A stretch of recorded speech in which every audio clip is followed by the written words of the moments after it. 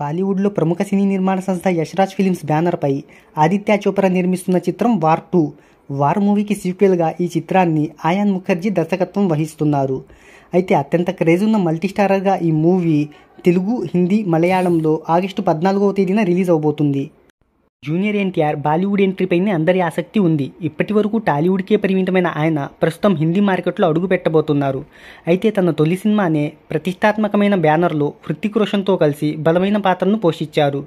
అయితే ఈ మూవీని సాంకేతిక నిపుణుల రెమ్యునరేషన్తో పాటు ప్రమోషనల్ ఖర్చులు అన్నీ కలుపుకొని 250 కోట్ల నుంచి 300 కోట్ల రూపాయల బడ్జెట్తో నిర్మించినట్టు ట్రేడ్ వర్గాలు చెప్తున్నాయి. ఎన్టీఆర్ నేరుగా హిందీలో చేస్తున్న తొలి చిత్రం కావడంతో తెలుగు రాష్ట్రాల్లో కూడా ఈ మూవీపై మంచి బిజినెస్ అనేది జరుగుతుంది.